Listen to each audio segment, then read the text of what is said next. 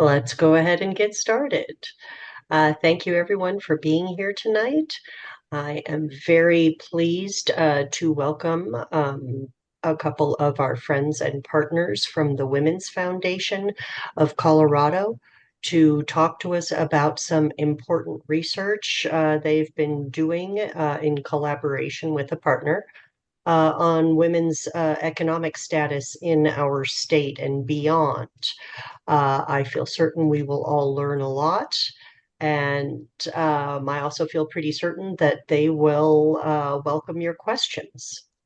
So, with that, I would like to introduce Lisa Christie. Lisa Christie is the Vice President of Communications at the Women's Foundation of Colorado. She enjoys bringing women's stories to life for policymakers, advocates, donors, funders, and more. In her 11 years at the foundation, she has supported communications and community engagement efforts around Michelle Obama's appearance at the foundation's 35th anniversary, the passage of the Equal Pay for Equal Work Act, the introduction of the Women and Girls of Color Fund, and so many more impactful initiatives that further women's economic advancement in our state. Lisa, welcome. Thank you very much, Beth, and thank you for having us here. It seems like a pretty small crowd, so we should make this really casual and people should feel free to jump in and ask questions as we go along and just make this really conversational. Thank you for being here tonight. The Women's Foundation of Colorado does have some new research that we wanted to share with the League of Women Voters of Colorado that we really believe you can use in your own advocacy efforts during this legislative session and beyond. And so without further ado, I am going to start this presentation and I will, again, keep this really casual. Can everybody see the slides? Wonderful. Yes. Okay, great. So for those of you who do not know who the Women's Foundation of Colorado is, we have worked with the League of Women Voters on many legislative issues and have been really proud to partner with you. We are the only community-funded community foundation focused on women's economic advancement in the state of Colorado. And our vision, which I'm sure you share, is a future where women and girls of every background and identity can thrive. And our mission and the way we want to achieve that vision is to catalyze community to advance and accelerate economic opportunities for Colorado women and their families. So we do that in a number of ways. We do that through policy advocacy, which is why we're here tonight. We share that strategy with you. We do it through research, and we're also here to talk to you about that tonight. Research informs our policy advocacy as well as our grant making. And to lead me to the third thing we do is grant making. We have granted over $33 million since our inception to nonprofits throughout the state who also share our vision of advancing opportunities for women. We also, as we talked about, catalyze community. We are a community-funded foundation. We do a lot with donors. We hold donor-advised funds, giving circles, and a number of communities of giving. And lastly, we work with community through storytelling, through community conversations to achieve narrative change. And a lot of what we present to you tonight will help you with those efforts as well. So I want to tell you just about a couple of upcoming opportunities we have that we'd like to invite you to. I just mentioned community conversations. We have a series of community conversations that we call Chat for Change, and we bring forth issues that impact all women that may impede our economic advancement. There may be barriers to our economic advancement and opportunities, and we really bring the community together to share insights around those, to connect and figure out how we're going to move things forward. One of the things that we are going to be talking about this year is imposter syndrome. And that may seem a little bit out of our wheelhouse, but if you think about it, imposter syndrome, though it is systemic and women feel it more acutely and more frequently than men do. And a lot of that is because we are trying to operate in spaces and work in spaces that were not built by us or for us, and adapt to those types of environments. And regardless of women's backgrounds and identities and professions, and cultures, we find that most women experience this. And it can, if you think about it, it can be a barrier to our economic advancement if we listen to that. And so we're going to get together with community and talk about what do we do about that, and how do we tune that voice out, and how do we be who we are authentically without apologizing or making or having to, apologize to anybody. And so we invite each and every one of you to that. It's on March 11th at the Town Hall Collaborative on Santa Fe Drive. And it's going to be a really exciting conversation with a number of women, and also an executive coach who will share her tips for how she works with her clients on that. We also, I just want to, this is way in advance. We're still about 8 months out. However, we will be having, we will put out our ballot guide, which we do almost every year now, but we definitely will do it in 2026. That will inform voters about how to vote with women in mind. And we anticipate this being a big year, and we will have events throughout the state. We'd love to actually come back and talk to you all in that time frame about what we are going to be supporting and taking positions on as we head into the 2026 elections. And we, again, will welcome all of you, and we'll share the information with Beth when we do have those events set up, so she can share it with you as well. And then just last but not least, this is, I guess, maybe a request for all of you. We are in the process right now of accepting grant applications for our Women and Girls of Color Fund. And right now we're accepting rural applications.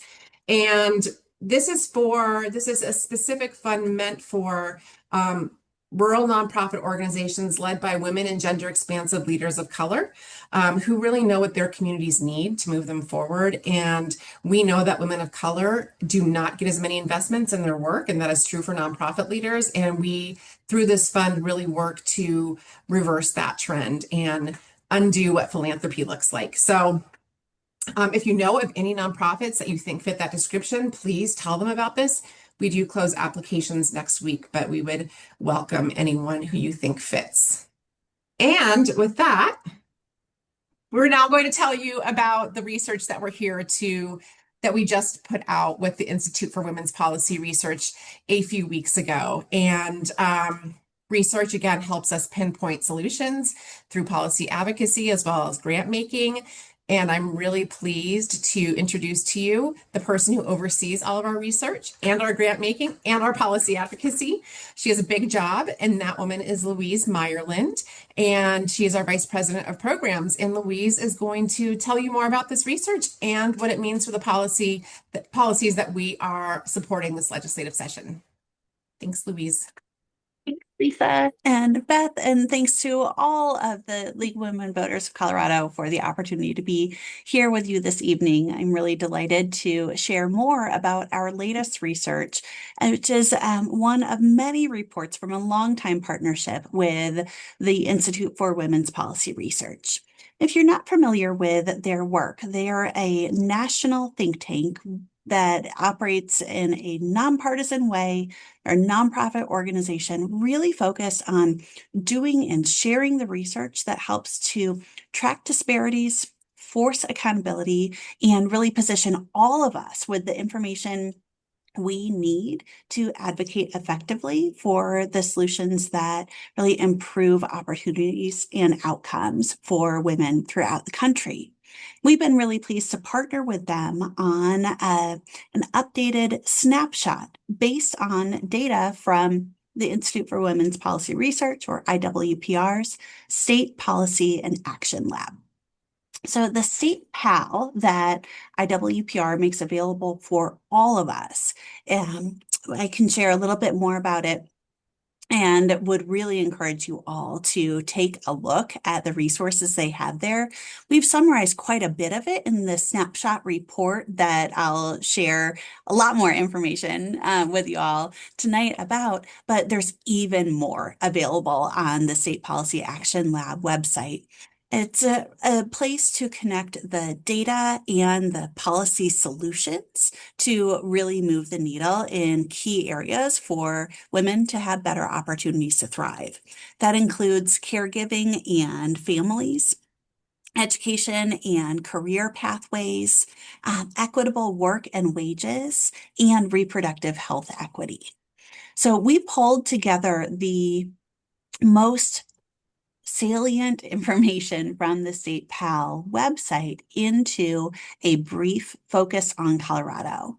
The snapshot provides an updated look at the status of women in our state.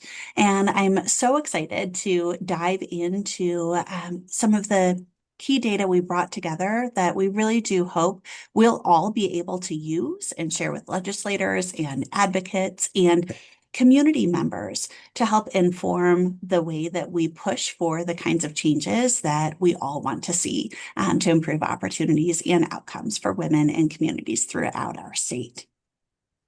So a little bit about the data in this Colorado snapshot we'll be sharing more about. So it's pulled from the American Community Survey, so one of the data collection apparatuses managed by the U.S. Census. And we recognize that this is one of the sort of highest quality, most comprehensive data sets that allows us to really dig in deep on issues that matter. But there are some gaps in the information. So in some of the data that we'll display and describe in the presentation this evening, we'll see some areas where information is missing. And that's not because a community doesn't exist, but because of the way our population is distributed around the country and some of the issues that we know exist with data collection among marginalized communities, especially from government systems like the Census Bureau. There's a matter of trust, there's a matter of reach and access, and we recognize that there are some gaps that really will need to be addressed as we move forward as a country. You know, we measure what matters, and where there are gaps in measurement, it can mask what and for whom and what kinds of experiences really matter. So there are folks working with our partners at IWPR and the folks at the Census Bureau really trying to address some of these data collection issues so that as we continue research like this going into the future, we'll be able to continue utilizing a deeply intersectional lens and have even more representative data. So if you see an asterisk or what looks like missing data on a chart, please know we recognize that the gaps are not insignificant, and we are really encouraged by the work being done to try to address these systems to make them all better and more inclusive and more fully representative. There are a lot of data we do have, and we're really excited to share. So I'm going to keep turning pages here and referring to my notes to ensure that what I'm sharing is completely accurate. There are a lot of facts and figures here. And we'll begin with a look at health insurance. So women in Colorado are somewhat more likely to be insured than our peers nationwide. And a lot of this is because of the access to Medicaid as a primary form of insurance in our state. Nearly 1 in 6 Colorado women rely on Medicaid for their health insurance. But we know that that coverage varies quite a bit for different groups of our population, ranging from about 11% of Asian American, Native Hawaiian, and Pacific Islander women to a bit more than 30% for American Indian and Alaska Native women. And when we look at the next slide, thanks Lisa for driving for me. The next slide shows a little bit more about Medicaid coverage for women aged 19 to 64 who are unemployed. So 36.6% of unemployed women in this age range had Medicaid coverage. And this is particularly important to think about now as Medicaid eligibility is changing for unemployed people due to the changes that were made in the federal HR1, sometimes also called the One Big Beautiful Bill. I don't think it is very beautiful at all, but our state's challenges in affording all of the Medicaid services and coverage that we as a state want to provide are only being even more challenged by these federal changes. So in Colorado, during this time period, coverage rates among the unemployed were highest for Black and Hispanic women and lowest for Asian American, Native Hawaiian, and Pacific Islander women and white women. And when we think about the why behind these data, it's rooted in the fact that Medicaid covers the poorest population of women. And women comprise the majority of people who live below the poverty line due to systemic inequities tied to the wage gap, occupational segregation, unpaid care work, and a vast array of other economic inequities. So nationally, women of color are overrepresented in Medicaid coverage. And this is particularly true for women of reproductive age, which is about age 15 to 44. And this is true in Colorado, where in 2023, Medicaid financed over a third of births and roughly 60% of the births among women of color, making Medicaid a true lifeline for these women and their families. And Beth, I see your hand up. Thanks, Louise. So does that mean that Oops. info on the last slide, does that Sorry. mean that 78% of unemployed Asian women are uninsured? Sorry about this. That's okay. I really appreciate the question and taking a closer look at my notes and the details here to try to answer that accurately. So the data for, let's see, you're asking about Asian American, Native Hawaiian, and Pacific Islander women with a coverage rate of 21.7%, is for Medicaid coverage for women who are unemployed. Um, they access their health insurance through Medicaid. So that doesn't necessarily mean that all of the women who identify themselves in that way who don't have Medicaid as their insurance coverage are completely without insurance. I'm thinking Okay. about the situation that I would find myself in if I were unemployed, I would still have access to coverage through another family member. And I believe that that is true for many of the women who don't have coverage in this way. But we do know that access to health care or health insurance coverage does vary widely uh, by race and ethnicity, and that there are wider gaps in access to health insurance coverage and access to care experience as well, for women of different backgrounds and identities. But I do want to be more clear that the remaining nearly 80% of women who identify as Asian American, Native Hawaiian, and Pacific Islander, these data do not mean that they have no access to health insurance, but it may come from another source. I really do Thank you. appreciate the question. And, I'm making note of all of the good questions that are being asked here because they point to areas where we do need a deeper understanding and access to data. And so that's really helpful for us to know what piques your interest, what's tied to the policy and advocacy efforts you're engaged in, and where there are gaps in knowledge and awareness that we can help to fill in follow up with the research tools that we have available in this report, because there's more in the snapshot than is on these slides, and there's more on the state PAL than is in the snapshot.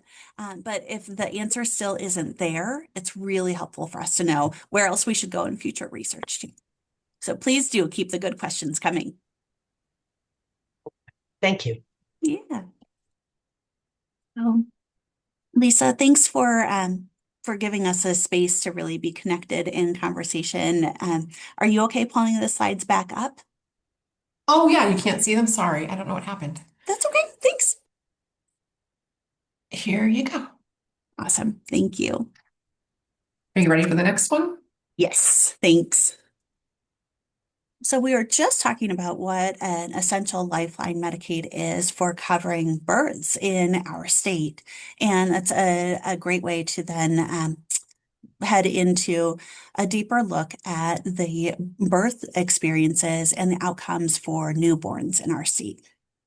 So, maternal and infant health disparities really do reflect broader underlying social and economic inequities that we know are rooted in racism and discrimination. So, the differences in health insurance coverage and health access can play a role in driving worse maternal and infant health outcomes for people of color. Inequities in broader social and economic factors, including income, are primary drivers for maternal and infant health disparities. So, additionally, in 2022, Colorado had the 13th lowest infant mortality rate in the nation at about 4.5 deaths per 1,000 live births. Black infants experienced the highest rate of preterm and low birth weight births in 2023. We know there's sizable variation within Colorado by race and ethnicity. And here, from the highest infant mortality rate at about 9.7 deaths per 1,000 live births among Black infants. This was almost 3 times higher than the lowest rate experienced by white infants, which was about 3.3 or 3.4 deaths per live births. So it is essential that our state really prioritize access to health insurance coverage, access to health care, and that we continue working to address the social and economic inequities that also contribute to these wide variations in the healthy outcomes for our very youngest Coloradans. And that really ties to the data that we'll take a look at on the next slide about the experiences of families headed by single moms from different backgrounds.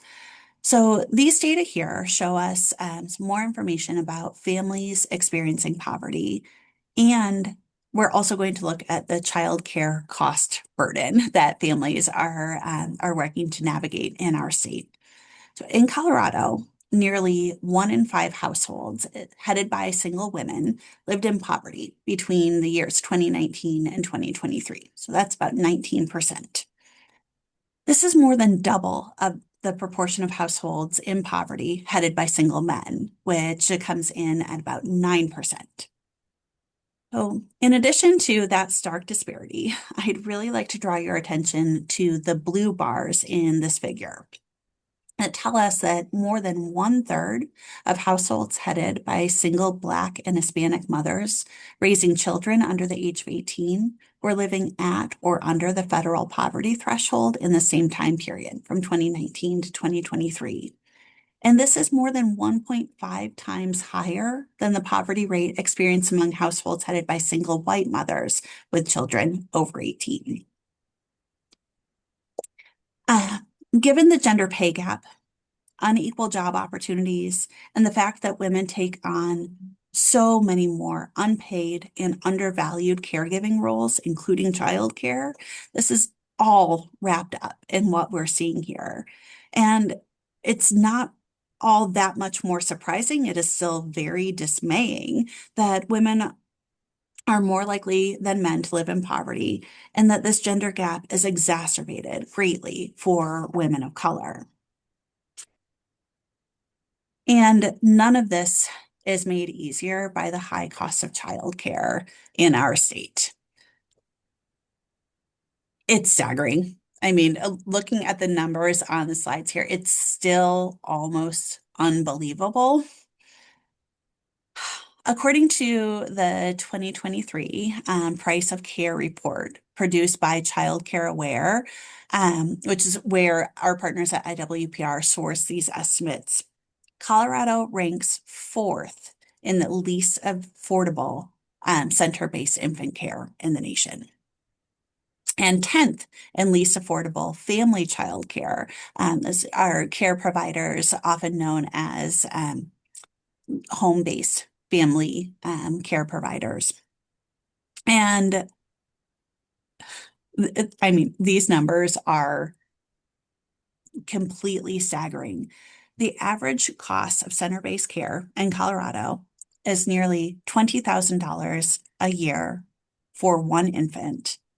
And the average annual cost of home-based or family-based childcare for infants was nearly $13,000 a year.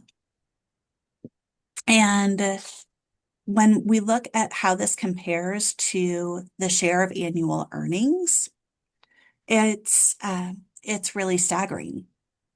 So the cost for infant care as a share of women's and men's annual earnings shows that in Colorado, center-based infant care costs nearly a third of women's median income in the state.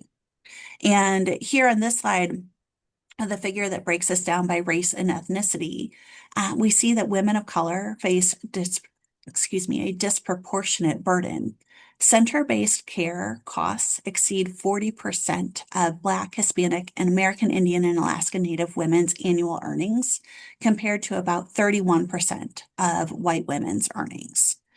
Now, obviously, this cost burden is driven by compounding gender and racial wage gaps, but it's also driven by an undersupply of childcare options, which then drives costs up and ultimately affects women's participation in the labor force, pushing many into lower income brackets and even poverty when they can't access the care they need to work in the jobs they want.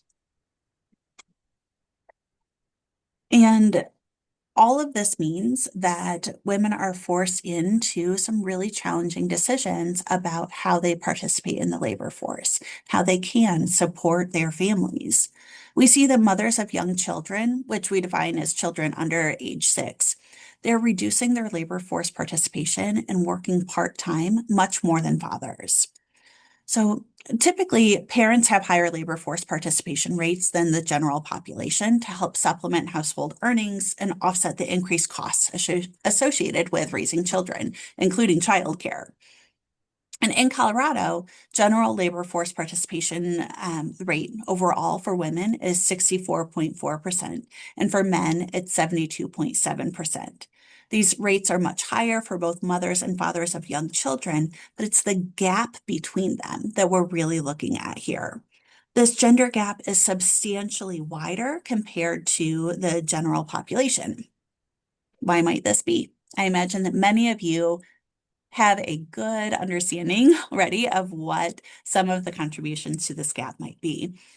And our research partners make it clear for us the lack of affordable childcare across the state and gendered social norms around the household division of labor can mean that women are more likely than men to reduce their working hours or leave their jobs altogether to care for a child or children at home. And working part-time is another way that parents, and particularly mothers of young children, can adjust their work schedules to accommodate their childcare responsibilities while still contributing to increasing their family's overall income. But we can see here that between 2019 and 2023, employed mothers of children under 6 were nearly 5 times as likely to work part-time compared to their male counterparts. And we're just going to keep the good news right on coming. We're going to show even more facts and figures that are dismaying in so many ways and really underscore where our state's priorities need to go to ensure that all Coloradans have the opportunity to thrive in our state. But some of the final slides here highlight data points in the categories of equitable work and wages and education and career advancement sections of the Snapshot report. What we see here on this slide is that women cannot educate their way out of the wage gap. Across all levels of education, women earned less than Colorado men in 2023. For example, women over age 25 working full-time year-round and with a bachelor's degree earned a median annual income of $70,000, whereas white men over 25 with the same degree level earned $96,000. And this gender wage gap, as you've heard me say many times already, is compounded by the racial wage gap. So among Excuse me. women, bachelor degree holders over 25, white women working full-time year-round earn nearly $19,000 a year more than Black women and 12,000 more than Hispanic women. And that's in the time frame of 2019 through 2023. But what this all means is that over their entire working lives, women are experiencing so many layers of inequity that it ultimately means that women end up having less to rely on in their retirement years. So the next slide shows some staggering gaps in women's earnings and men's during the retirement, during what should be, the retirement time frame. The figure on this slide shows that women have less to live on in retirement. Women in all race and ethnicity categories have substantially lower retirement income, which is shown on the yellow bars here, compared to white men, whose median annual retirement income is illustrated in that purple dashed line. It shows that those men are earning $24,782 on average. And the gap is a staggering summation of all of these layers of inequity that women experience throughout their careers. On the whole, women in Colorado, age 62 or older, had just 65% of the median annual retirement income earned by men in 2023. So the next slide gives us some space to think about some of our key takeaways here. From these data, we can see how women are set up for disadvantage in retirement because women typically earn less than men over the course of their careers. They have less to save for retirement, and they end up with smaller Social Security benefits. So these gender disparities often follow women even after they stop working. And since women tend to live longer than men, they need to stretch that smaller retirement savings over more years. This is not just about the wage gap. Women are more likely to leave the labor force to care for young children, as we've already talked about, or they sacrifice a sizable portion of their incomes to pay for childcare so they can continue to work and support their families. And we know that women who do take breaks from their career to care for their children experience a harder time re-entering the workforce than men do. Women, particularly women of color, are facing a national maternal health crisis in this country, which is replicated across all states, including Colorado. And this has economic implications for those who need to take extra time off of work as well to pay for services or to pay for the care necessitated by the complications that they or their infants might experience. So ultimately, this slide is representing a lifetime, and that women have less economic security in those retirement years because of how discrimination and systemic racism play out across different facets of their lives. And over time, they're compounding. So, what are we going to do about it? The Women's Foundation engages in research like this so we can, as Lisa said, really pinpoint both the problems and the solutions. Seeing the stark data that show us where the disparities are greatest helps us focus our attention and capacity and resources in how we can make the greatest impact to address these disparities, to close these gaps. And for the Women's Foundation's policy and advocacy engagement, this means that we are most focused on policies that address the root causes of poverty and provide holistic and flexible resources for women and their families to have more of what they need to thrive in this state.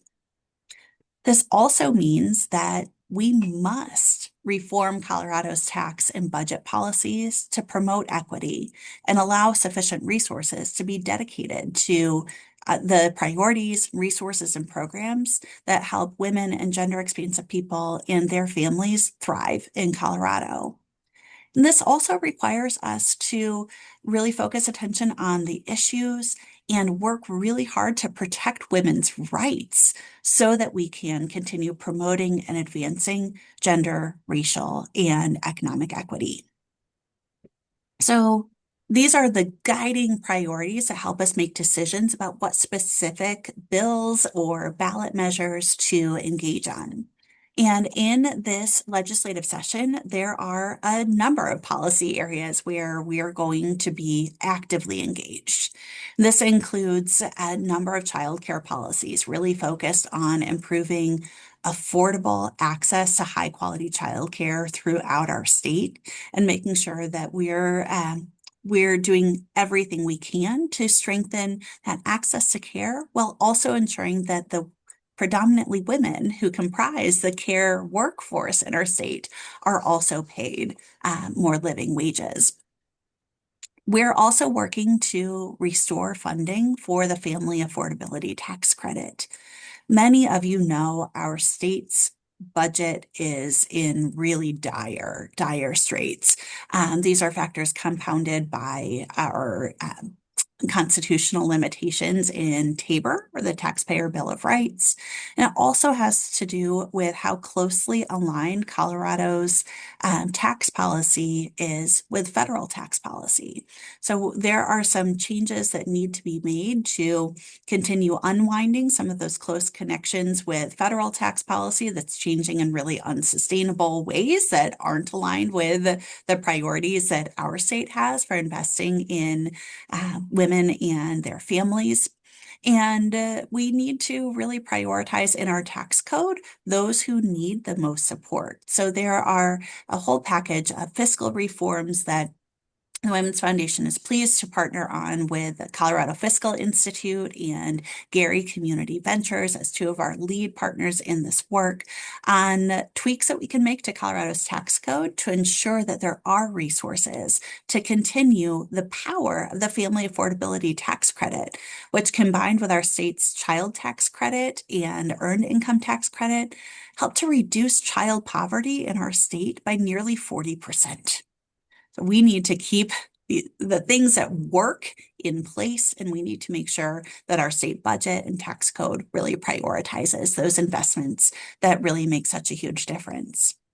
And as our landscape continues to change rapidly with respect to artificial intelligence and the way that algorithms are used to make key decisions that impact all of us, we are working with a number of partners to really try to build in protections from discrimination so that, as women are applying for jobs, seeking health insurance coverage for care they need access to, shopping at the grocery store, we're not experiencing discrimination from all of these AI-enabled systems and algorithms that without additional parameters and guardrails really do pose risks to not only perpetuate the disparities that we saw in the data presented tonight, but to exacerbate them further.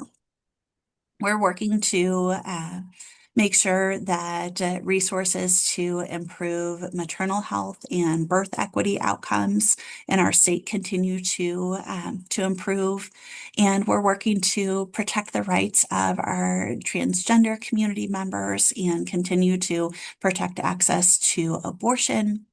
And though I do want to be clear that there's not a bill that we are running about this, the Equal Pay for Equal Work Act that Women's Foundation, League of Women Voters, and so many partners worked so hard to pass and strengthen in previous years, we continue to be actively engaged with the implementation side of those efforts, ensuring that the improvements and the progress we've fought so hard for, and that we're not losing any ground there. So in the midst of all of the legislative advocacy, we're always keeping an eye on and seeking opportunities to ensure that previous policy wins are continuing to have the greatest impact possible. So we would be delighted to partner with you all in pushing forward these sorts of policy solutions, and certainly do want to hear about the issues that you're working on and perhaps could benefit from engagement and partnership with Women's Foundation of Colorado as well. Great. Thanks so much, Louise. And Lisa, this was just really informative and maddening. Um, it's stunning how things improve a little bit, but um, not what we need them to. Or Um, unfortunately, two steps forward, one step back, two steps forward, one step back, and that's maddening. it is maddening. Um, Maggie and Barbara, you've got access to two amazing people here. So if you have questions, please feel free to dive in. This just hits home for me. I split up with my husband when my boys were 5 and 3, and somehow childcare was all on me. Right? Hmm, how? Yeah.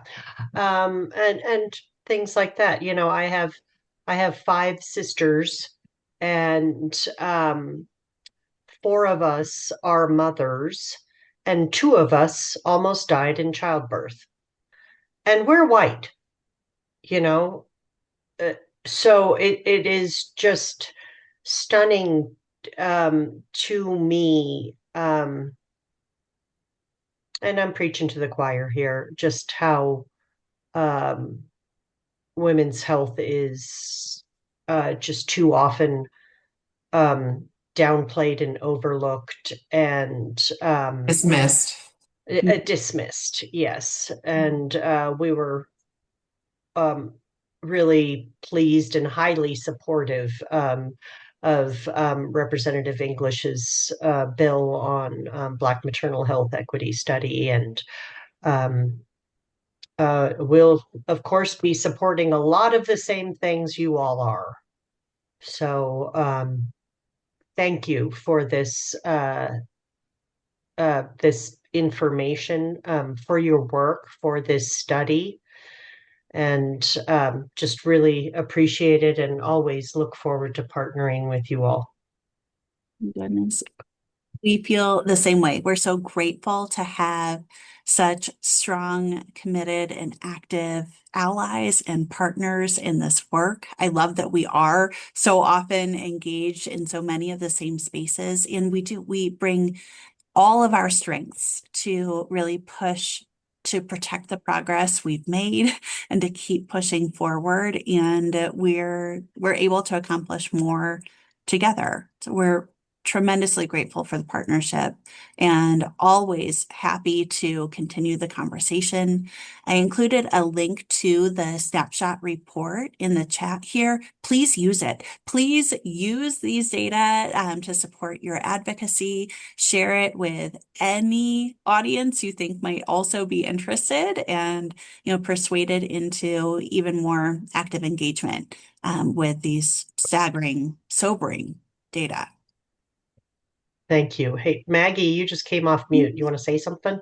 Yeah, I just wanted to comment and thanks. Unfortunately, nothing here was a surprise. And it's just heartbreaking because I feel like I've been hearing, I mean, the percentages change, up, up and down by a few percent, whatever. But it just feels like it's been like this for as long as we started to pay attention, you know. Um, anyway, I just really appreciate the stuff that you guys are doing, and yeah, I would be real interested in, as we get closer to the election. Also, you were talking about putting out information on the ballot issues that you um, like support, I guess, is mostly, or don't, that you take a stand on, I guess is what I'm saying. And the league does that also. Um, and so yeah, it would be interesting as we get closer there to kind of compare notes and just make sure that we're kind of all on the same. I mean, I'm sure we are, but just if there are different drivers behind Mhm. things, that the reasons, you take a stand, we do whatever. Yeah, that would Maggie, be good. I would love for us to stay connected as we're all sifting through the very long list of Yeah, ballot measures. And yeah, yeah, we'll take support and opposition positions and share, our why. And I agree wholeheartedly. We probably will be aligned on many, if not all of the issues we're taking positions on, but it's yeah, really helpful for us to amplify one another's ballot guides too with all of our yeah, supporters and members, because if they're seeing any one of us, it is a helpful data point to inform voters decision making.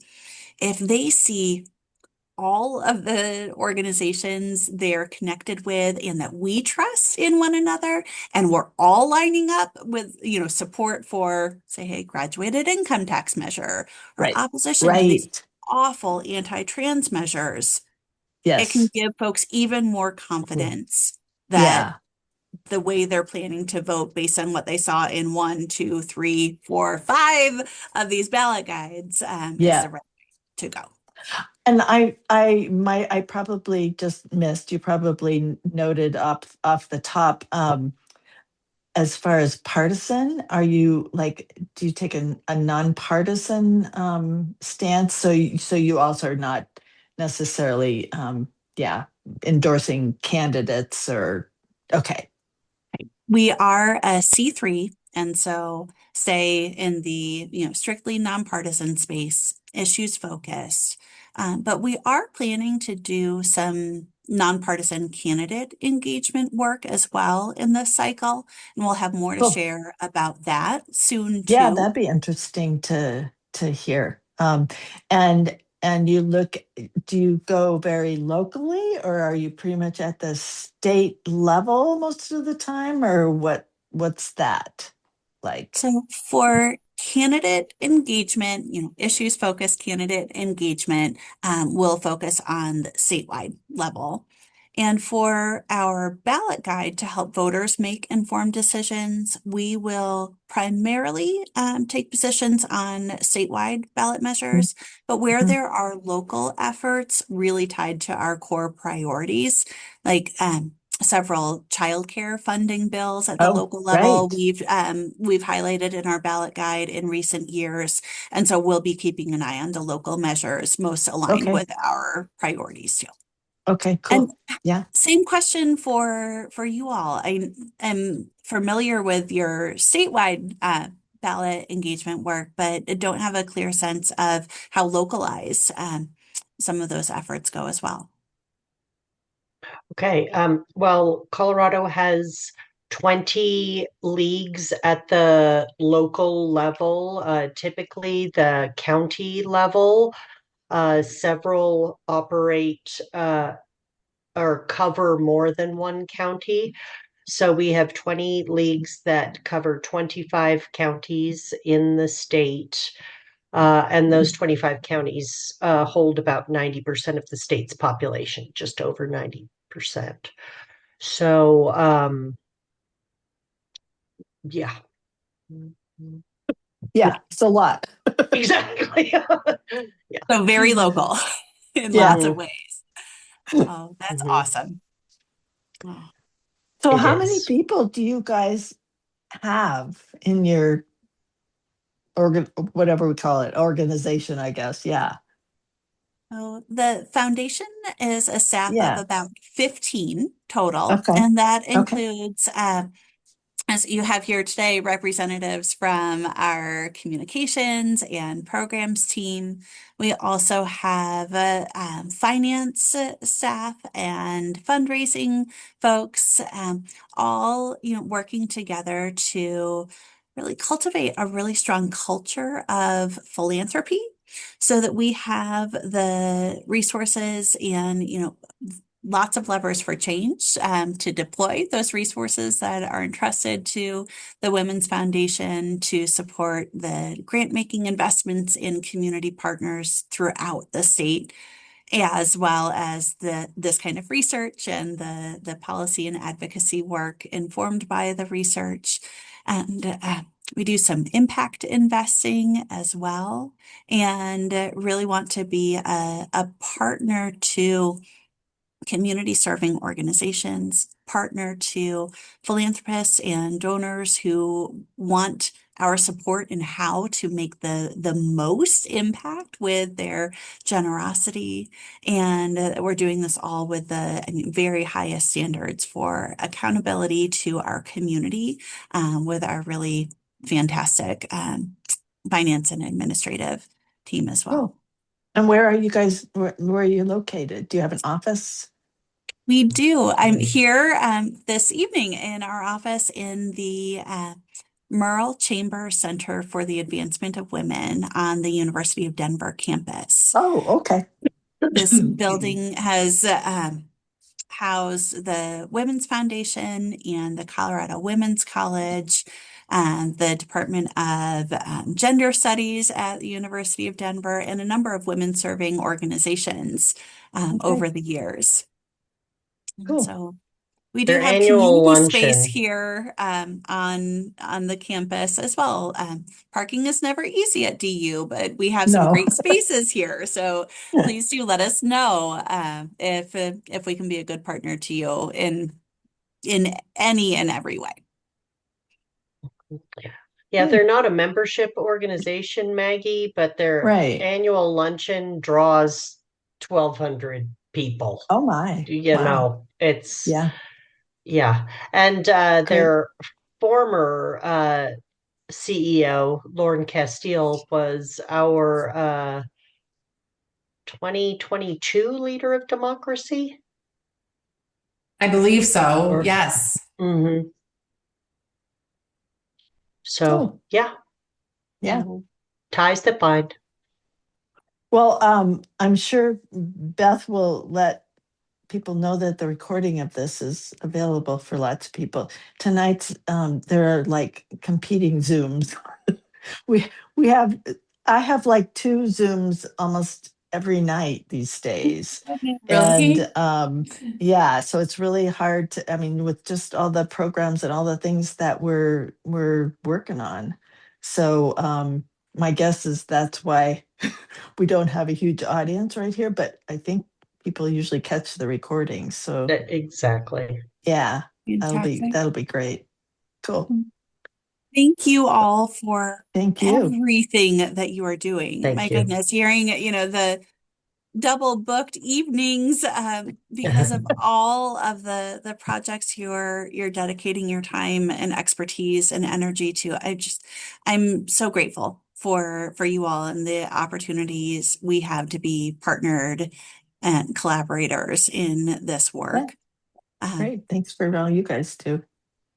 Thank goodness we're not in Absolutely. this alone. I can't Yeah. imagine. Oh, I know. Oh, No, this is what is giving me hope. Every time I'm, talking to people who are working as hard as they can on trying to fix some of this mess. Mhm. She says as she rubs her neck. Yes. Yeah. Right. Well, yes. Thank you so much, Louise. Thank you, Lisa. We so appreciate your time Yeah. and your expertise. Thank you. Thanks for having us. Be with Bye-bye. you tonight. Thank you. We Take will talk care. soon. Thanks.